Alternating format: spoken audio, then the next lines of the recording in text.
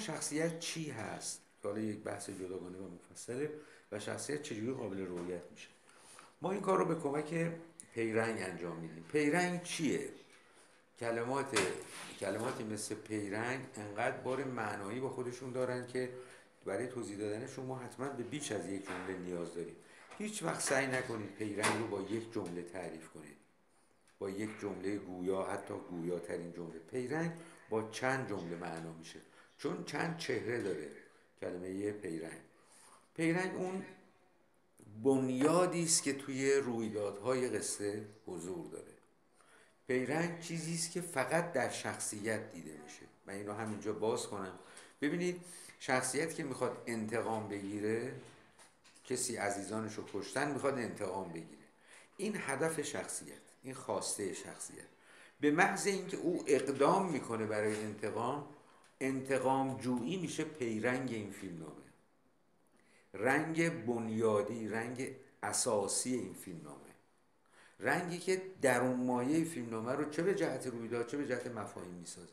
در تمام طول این فیلمنامه شخصیت که به دنبال انتقامه از موانع عبور میکنه، میزنه، میکشه، میبنده، زخمی میشه. همه اینا تداوم پیرنگه، تداوم پیرنگ میل به انتقام جویی. چجوری در پایان تبدیل میشه به تم؟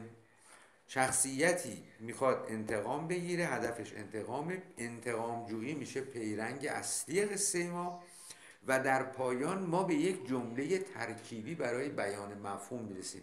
البته مفهوم تم هم خودش یک بحث مستقله، بهش میرسیم، ولی الان نیازی است که این مختصر رو بگیم.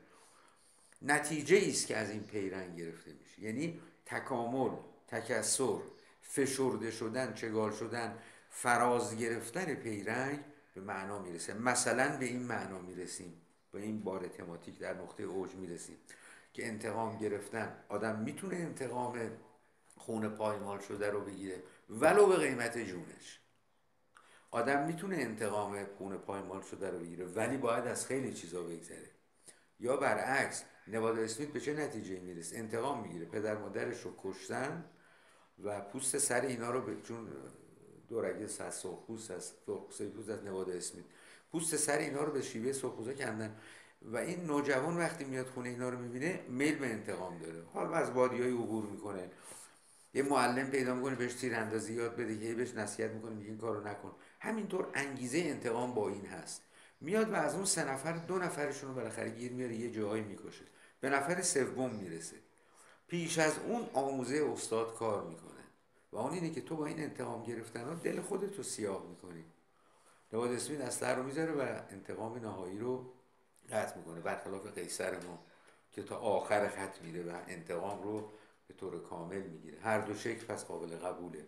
یعنی ممکنه در وسط راه ما به این تم برسیم در پایان این فیلمنامه که انتقام ارزشمنده ولی نه به اندازه گذشت.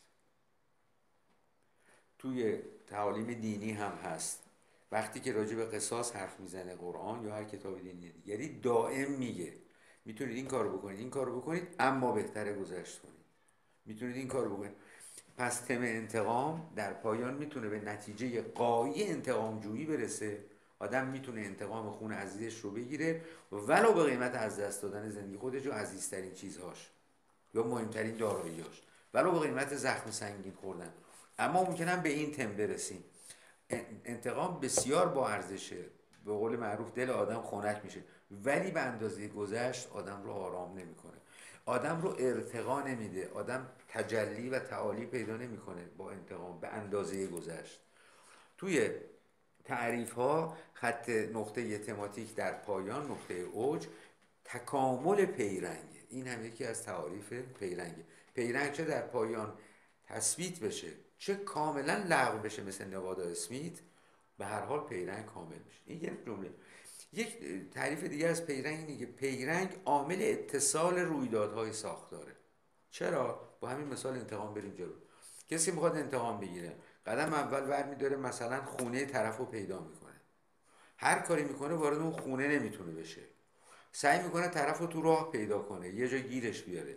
همیشه اون آدم با یه نفر همراه، با 2 نفر همراه، هیچ وقت اون رو تنها نمیتونه گیر بیاره.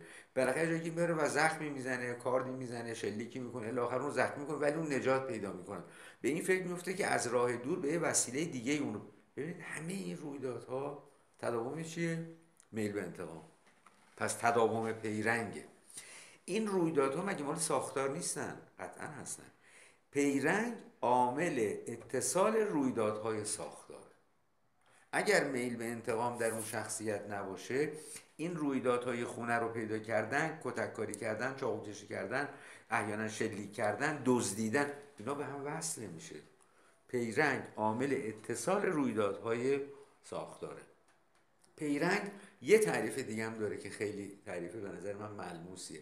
دیدین خیاطا یه الگو میبرن وقتی میخوان خیاطی کنن، یعنی الگو رو اول رو کاغذ میبرن، اون کاغذ رو میندازن رو پارچه رو حالا میبرن با کمی فاصله اضافه که میذارن. پس الگو دارن برای برش پارچه، برای طراحی ساختار پارچه، ساختار کت، ساختار پیرهن، ساختار شلوار. وقتی این الگو رو دارن، پیرنگ توی فیلمنامه همین کارو میکنه. پیرنگ الگوی طراحی فیلمنامه است. یعنی شما از طریق پیرنگ الگوی رویدادها رو انتخاب میکنید. شخصیت انتقامجو چه به نوادا اسمیت برسه وسط راه مسیر رو عوض کنه یه الگوه، اواخر کار مسیر رو عوض کنه، از انتقام صرف نظر کنه یه الگوه، چه مثل قیصر تا پایان راه بره یه الگوه. به هر حال الگو هر کدومشون. پس پیرنگ الگوی طراحی فیلمنامه است. باز از پیرنگ تعریف‌های دیگه‌ای هم میشه داد، اما تا اینجا با این چند تا تعریف میشه پیرنگ رو منتقل کرد به دوستان.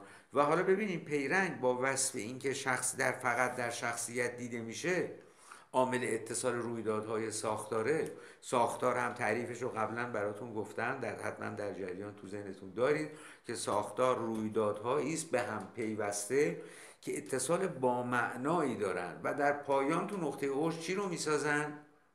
دیدگاه نویسنده. تم قصه نوادا اسمیت که از انتقام باید صرف نظر کرد، دیدگاه اون نویسنده است. تم قیصر که باید انتقام رو تا پایان راه رفت ولو به قیمت اینکه خودش آدم خودش هم از بین بره، تم این فیلمنامه نویسه. پس دقیقاً رویدادهای ساختار، کل ساختار، رویدادها، پیرنگ که در شخصیت دیده میشه، همه دارن یه جا جمع میشن.